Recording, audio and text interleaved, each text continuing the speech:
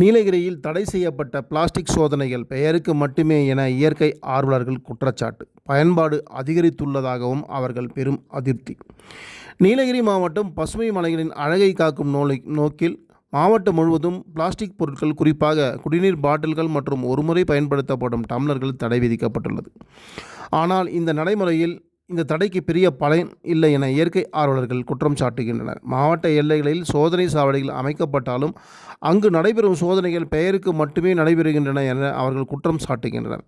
சுற்றுலா பயணிகள் மற்றும் வெளிமாவட்ட வெளிமாநில பேருந்துகளில் இன்னும் பிளாஸ்டிக் பாட்டில்கள், டம்ளர்கள் எளிதாக மாவட்டத்தில் நுழைகின்றன. சில இடங்களில் அபராதம் விதிக்கப்பட்டாலும் அது மிகவும் குறைவாகவும் அமுல்படுத்தப்படுவதாகவும் இயற்கை ஆர்வலர்கள் கருத்து தெரிவிக்கின்றனர்.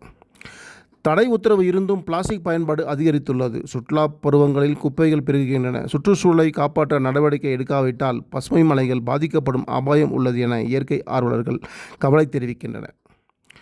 பிளாஸ்டிக் தடையை பயனுள்ளதாக மாற்றவும் அவர்கள் கோரிக்கை விடுத்துள்ளனர். சோதனை சாவடிகளில் கண்காணிப்பை அதிகரிக்கப்பட வேண்டும்.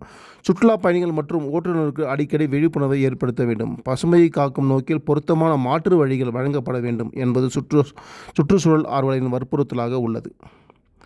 பசுமை மலைகள் குப்பை மலைகளாக மாறக்கூடாது எனவும் அவர்கள் எச்சரிக்கின்றனர். சோதனை சாவடிகள் பல இடங்களில் அமைக்கப்பட்டாலும் அவை பெயருக்கு மட்டுமே இயங்குகின்றன. சில வாகனங்கள் சோதனை செய்யப்படுகின்றன. பெரும்பாலானவை பிளாஸ்டிக் பொருட்களுடன் சுலபமாக நுழைகின்றன என அவர்கள் மீண்டும் மீண்டும் குற்றம் சாட்டுகின்றனர். மீண்டும் பயன்படுத்தக்கூடிய ஸ்டீல் பாட்டில்கள், கிளாஸ் டம்ளர்கள் போன்ற மாற்று வழிகளை அரசு ஊக்குவிக்க வேண்டும். சுற்றுலா பயணிகளும் பொறுப்புடன் நடந்து கொள்ள வேண்டும் என இயற்கை ஆர்வலர்கள் கோரிக்கை விடுக்கின்றனர்.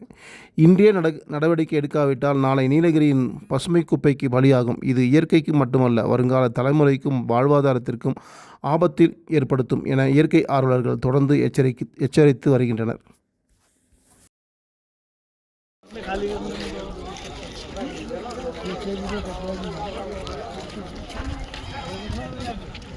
Então,